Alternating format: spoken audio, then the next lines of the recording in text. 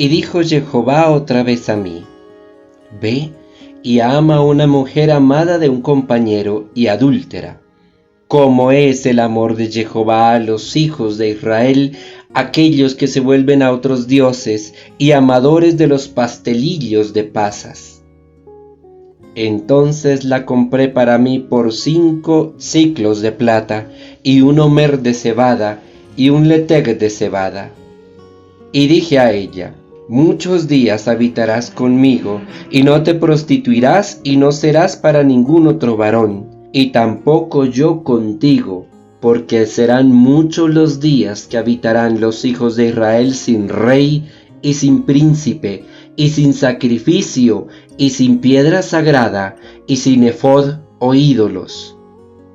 Después volverán los hijos de Israel y buscarán a Jehová, el Dios de ellos, y a David, el rey de ellos, y vendrán temerosos a Jehová y a su bendición en los últimos días. Del libro del profeta Oseas, capítulo 3, versículos del 1 al 5. Antes de iniciar la reflexión sobre este fragmento, quiero hacer una contextualización particular de una mención que aparece al principio. Nos dice el fragmento que hoy leímos que el pueblo de Dios, idolátrico de los Baales, ama también los pastelillos de uvas pasas. ¿Por qué menciona esto tan particular? No es porque para Dios estén prohibidos los pasteles o los panes o los bizcochos que tengan uvas pasas. Es por lo siguiente, hermanos. Ya por allá lo habíamos mencionado nosotros cuando hacíamos la reflexión sobre los libros históricos. El culto idolátrico de Astarot o de Astarte, la diosa esposa de Baal, tenía entre sus prácticas, en la fiesta en la que se celebraba su nacimiento o su desposorio con Baal, cocinar panes especiales con uvas pasas con la forma de la diosa y comerlos en una cena ritual. Es por eso que aquí Dios, por medio del profeta Oseas, recrimina esto. No es porque sea pecado comer pan con uvas pasas, es porque el pueblo de Israel amaba cumplir esa cena ritual en honor a Astarte. Y recordemos que para la cultura semita, es decir, de toda la región del Medio Oriente, las cenas rituales, el comer, tenía un significado profundo, ya que participar de una cena, comer algo ofrecido o a Jehová o a los ídolos, era unirme casi que ontológicamente o con Jehová o con los ídolos. Por eso la tajante negativa en la Torá de que el pueblo no comiese alimentos consagrados a los ídolos, y sí comiese el cordero que se sacrificaba para Jehová. Por ahí alguien me preguntaba alguna vez, en cierto rito en el que tuve que estar presente, ¿por qué yo no comía las frutas que antes se habían puesto en un lugar especial y alrededor de las cuales se había danzado invocando a ciertos dioses? No comí esas frutas ni comí esa comida que se llevó y se puso allí alrededor de la cual se danzó, porque era comida que se había consagrado a determinados dioses.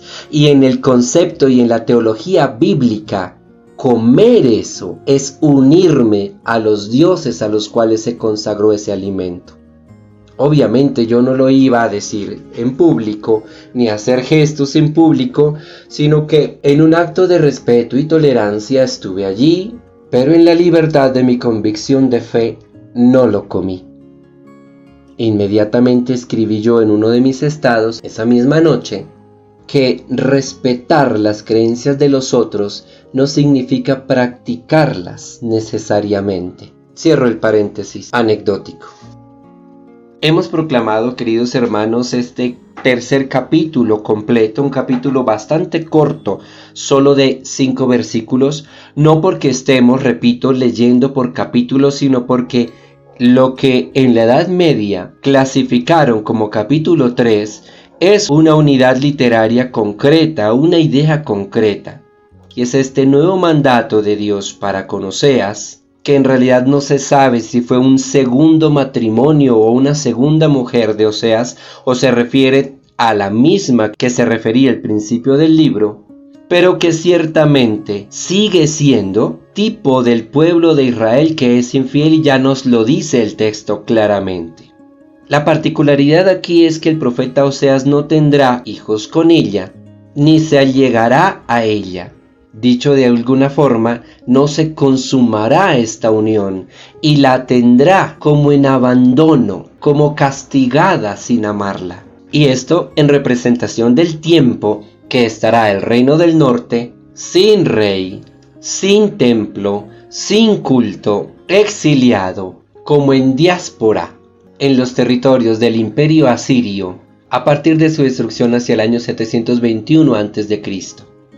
Pero aparece al final una sentencia bastante particular, y es que dice que después de todo este tiempo volverán los hijos de Israel a buscar al verdadero Dios, que es Jehová, y a David su rey. ¿A qué se refiere con esto?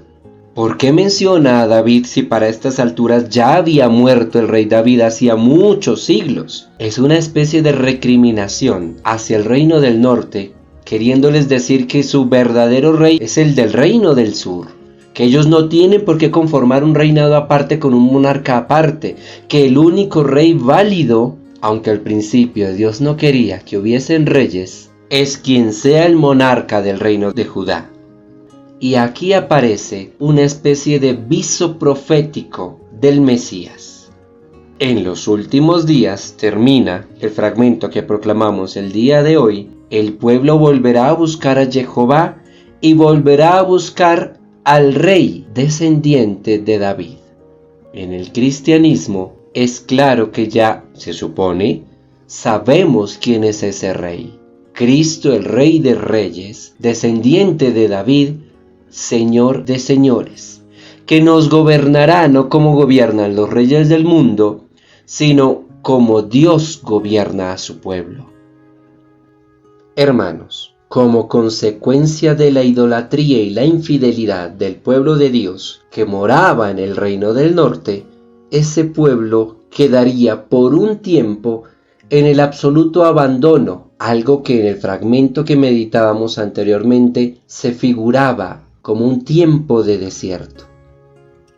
Luego de ese tiempo de purificación, de ese tiempo de arrepentimiento y, por qué no decirlo, aunque a muchos no les guste, de castigo y de corrección divina, una vez purificado el pueblo, una vez castigado y corregido, una vez ha aprendido la lección, el pueblo volverá a Dios y Dios le gobernará en la figura del sucesor del rey David. Una vez nosotros seamos corregidos por Dios de aquello que debemos ser corregidos, purificados de aquello que debemos ser purificados, enderezados de aquello torcido de lo cual nos debemos haber enderezado, Dios nos volverá a tomar de la mano y junto a Él experimentaremos la dicha de ser gobernados por Dios, protegidos por Dios, cuidados por Dios, pastoreados por Dios. Pidámosle a Dios que nuestros corazones no sean tan necios como para que Dios tenga que llevarnos a un cruel desierto y un tiempo de prueba y purificación. Mas si es necesario que Dios lo haga para que corrijamos nuestras vidas, que seamos lo suficientemente solícitos y sensibles al llamado divino para que, vueltos a Él, experimentemos nuevamente la dicha de estar gobernados por Dios y de vivir bajo su favor. Que el gloriosísimo nombre de Cristo sea pronunciado por sobre todos nosotros. Amén.